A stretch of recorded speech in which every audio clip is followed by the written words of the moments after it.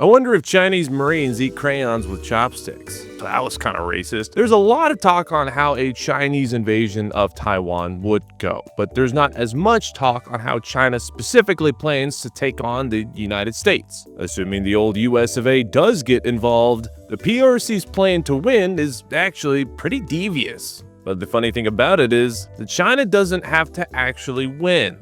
The United States just has to lose. So first, island chain the like and subscribe button and let's talk about it. Now naturally, Xi Jinping isn't returning my emails, even the nice ones that had nothing to do with exposing military state secrets. But over the past decade, we can look at changes in their equipment, training, and technology and get a pretty clear image of how they plan to defeat America. I want to first start with this thing, these massive beach landing bridges we've seen pop up recently. Now, stay with me here, this will make sense. These boat bridge machines are massive barges that transform from cargo ships into beach bridge things, and are capable of transporting insane amounts of troops, vehicles, and supplies. Known as shuikows, they are fucking huge. So huge, you typically need satellite images or aerial photography to actually get a picture of an entire one at once. If you're like me, your first thought might have been, wow. What a beautiful, giant, easily detected, very important military target. It sure would be a shame if someone were to, I don't know, hypersonic missile it or something. You could hand a blind guy a rocket launcher, spin him around a few times, and just let him shoot wherever he wants, and odds are he would still hit this thing. But that's the beauty of it. China built this thing not because they don't expect the US to try to kill it, but because they expect to make sure the United States isn't even there to hit it in the first place. And that is China's overarching plan. The PLA, or People's Liberation Army, aka the Chinese military, is going to take advantage of their biggest leverage when it comes to Taiwan. China is here, Taiwan is here, and the United States, and the biggest chunk of our military, is over here. Their entire goal is to keep the US from being able to physically go to Taiwan. That is an oversimplistic version of events, so let me explain. But before I do, let's talk about something completely unrelated.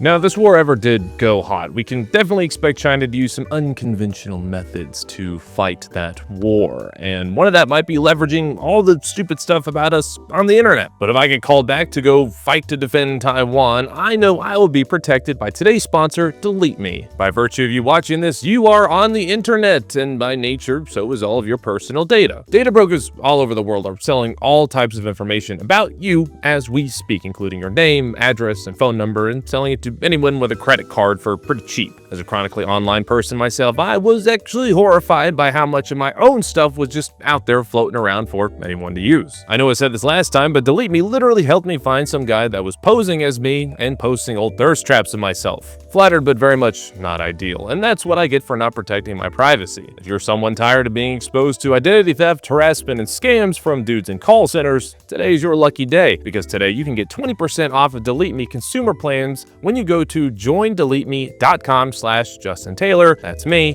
and use code Justin Taylor, that's also me. So protect your privacy today. Thank you to Delete Me for sponsoring the channel, and now back to the video. Now, the argument I'm about to make is worst case scenario. It ignores things like leveraging blockades, subversive political pressure, or other fun things in more probable ways that China would achieve their objective of Taiwanese reunification. But ain't no one gonna watch a 30-minute video on Taiwan's import economy. Well, some people surely will, but I don't want to make that video and numbers scare me.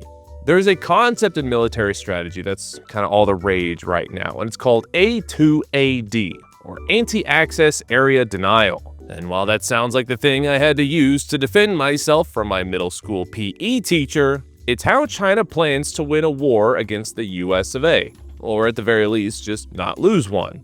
Similar idea, just different tactics, at least. And before you get in your head that this is just going to be some collection of Temu-ordered missiles they'll be throwing at us, keep in mind that China began developing this plan back in 1991, after Iraq got absolutely spanked by coalition forces, and they didn't want that to happen to them. So they've had a minute to get their shit together. See, A2AD is a very simple concept. Make it basically impossible for an enemy military, in this case, the United States, to get to a certain area, Taiwan. And despite what certain academic journals on the subject like to tout and make themselves feel smart, It's pretty straightforward. Now, this isn't exactly defending an area, at least in the traditional way that we think about. If you are defending an area, you're trying to maintain control against an enemy force that's already there. A2AD keeps said enemy force from getting there in the first place. And that, in a nutshell, is China's goal in and around Taiwan. But how do they plan to accomplish that? Well, in short, an assload of explosives and fancy cameras. A2AD is basically a layered bubble of systems that creates a long series of very pointy headaches that get progressively pointier as you get closer to the center of said bubble.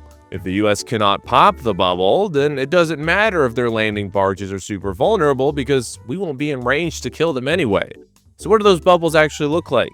Well, A2AD strategies are typically built around pieces of equipment rather than groups of defending troops sitting in trenches or bunkers. Making a final stand while your buddies get to safety is a dope male fantasy, as we all know, but China has decided to use a lot of computers instead. Another way China exists only to squash the human spirit. But everything in A2AD is split into two categories: sensors and shooters. One thing finds an American carrier, and another thing blows it up. We're going to start with the closest bubble and work our way out. Between 0 and 300 kilometers is China's short-range strategy. 300 kilometers might sound like a long distance, and it is if you're a guy on foot with a rifle, but in grand strategic terms, it's the equivalent of a knife fight inside a phone booth. This layer of the bubble is a combination of short-range missiles, jets, and submarines.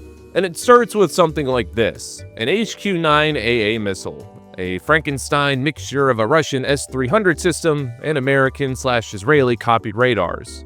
It's a family of missiles you find on boats or big trucks on land, and have ranges of up to about 300 kilometers, able to hit speeds of over Mach 4.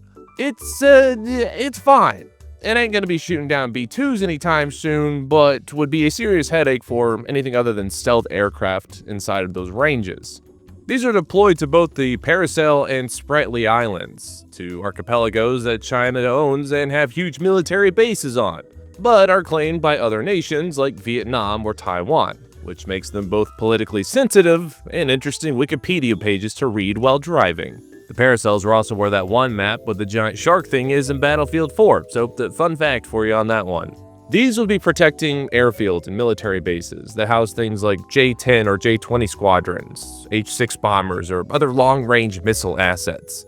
And this would ensure that a very, very dedicated focus would have to be made by the United States. If they wanted to take these islands, and they probably would. And if you're dedicating your focus on other islands, you're not focusing on the actual Taiwanese invasion.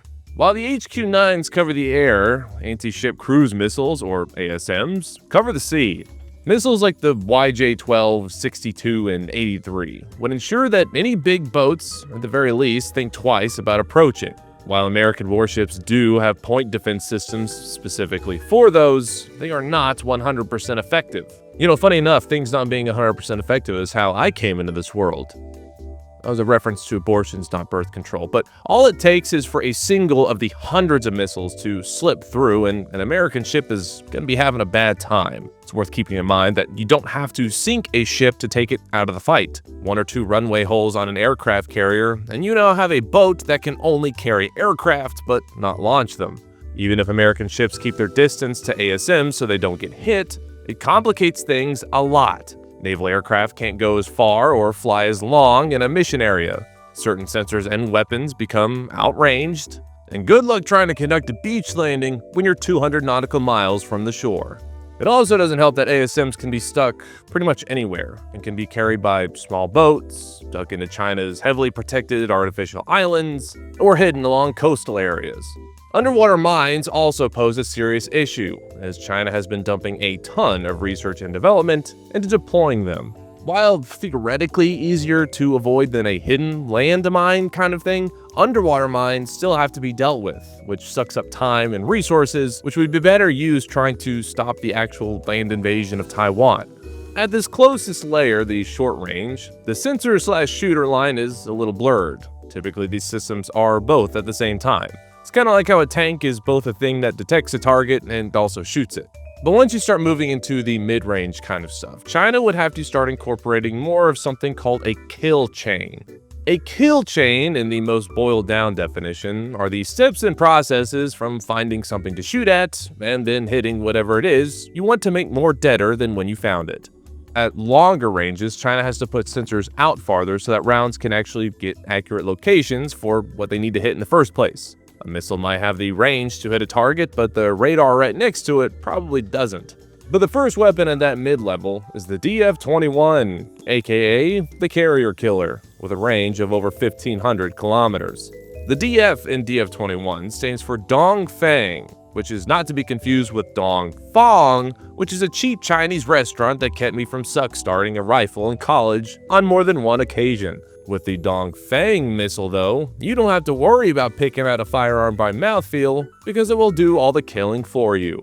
A lot of dark jokes in this video. Anyway, the DF-21s get their moniker for Carrier Killer because the D model of the DF-21D is designed to do just that.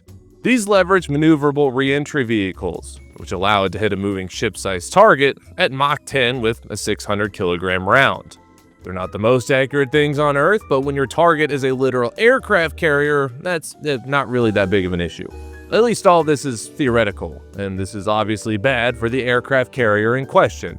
Now, it's not just going to make an entire aircraft carrier blow up at once and just sink. That is damn near impossible, even if you manage to convince the American sailors on board to help you sink it. These would essentially mission kill the carrier. The ship itself would physically still be floating and probably still be able to sail from A to B, but that's about it. The ability for it to actually project firepower would essentially be nullified. And that's good enough for the Chinese. And if it's good enough for the Chinese, well, I don't know, good for them, I guess, because it's not good for us. But for targets like smaller ships or ground targets at that medium distance, things like the CJ-10 cruise missile or the DF-17 hypersonic would be used. These would be hitting staging areas, escort ships, or preemptively pushed forward to hit farther targets as they're moving closer to the conflict area. Cruise missiles for stationary targets, likely on land, and DF-17s for things like Aegis destroyers or better defended airspaces. When it comes to that medium range, and remember that is a relative term here, China is less focused on individual ships and aircraft as much as they are entire carrier strike groups, for example. But these medium range rounds need to know where to medium range go, and the job of seeking out and targeting those groups is done in a few ways. Despite being really fucking big, actually finding American naval vessels isn't a simple task. They are really big needles in really, really big haystacks. The PLA's main plan is doing that via China's coastal radar chain, or the invisible net, as they're calling it. It's basically a wall of sea-based sensors made up of 5 distinct layers. Talking about this in detail is a video all on its own, so we'll just be hitting the wave tops on it, pun intended actually, if I'm being honest. It combines passive seabed detectors, which monitor anything and everything happening around them, along with autonomous recon drones both on and below the water. Surface buoys allow for detection of things that barely skim the surface like we're doing here, and a new generation of satellites called the Ocean Star Cluster, which have specialized sensors just for the ocean, exists for the sole purpose of detecting American ships in the Pacific.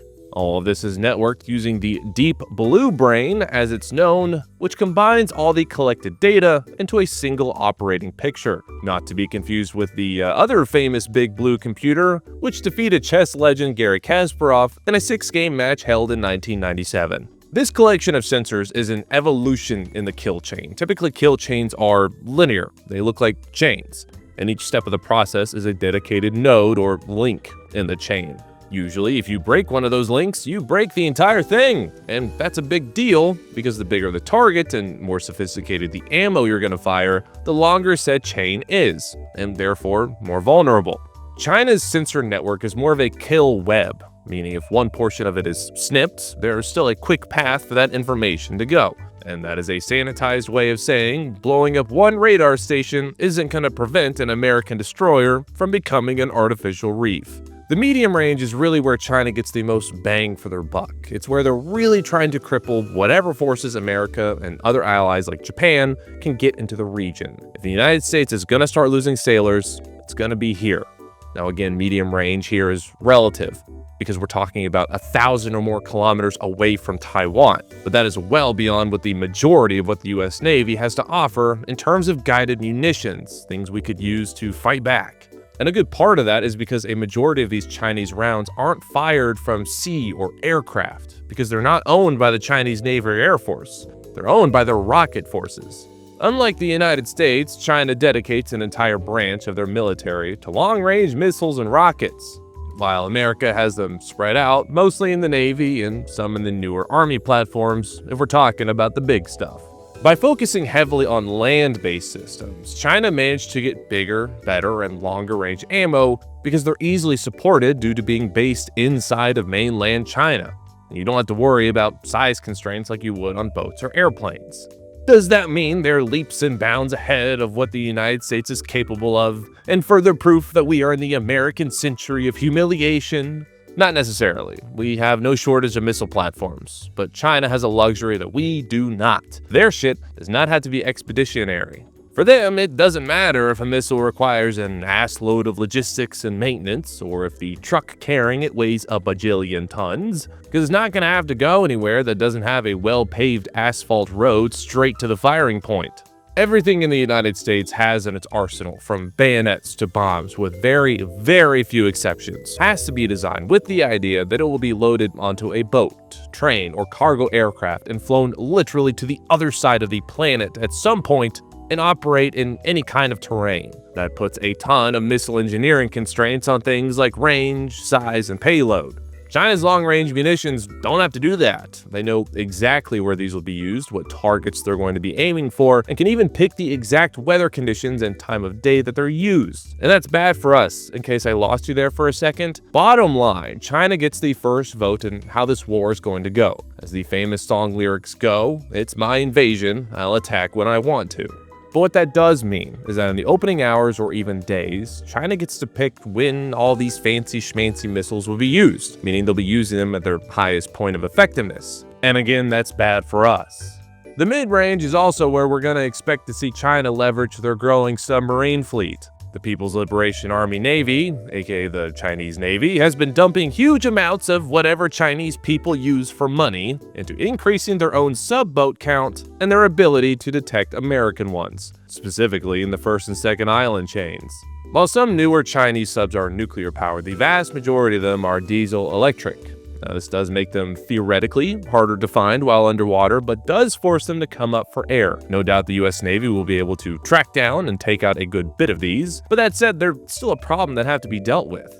Even one successful submarine attack would be totally devastating to whatever ship gets hit. Best case scenario, US forces are slowed down by all the submarines and kill literally all of them. But even that causes issues.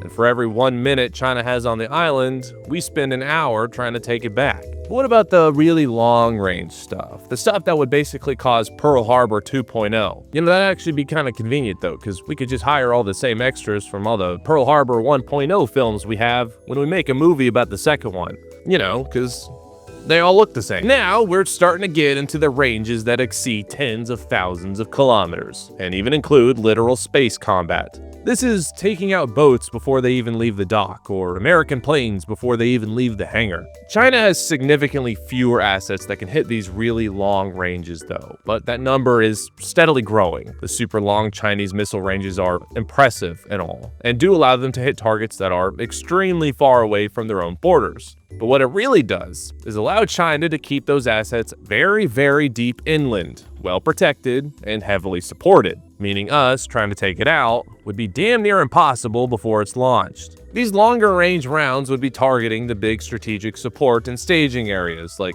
American Air Force and naval bases in Guam, which sit firmly in the second island chain of the Pacific Ocean, as well as major theater level military targets in Japan, Korea, or Australia.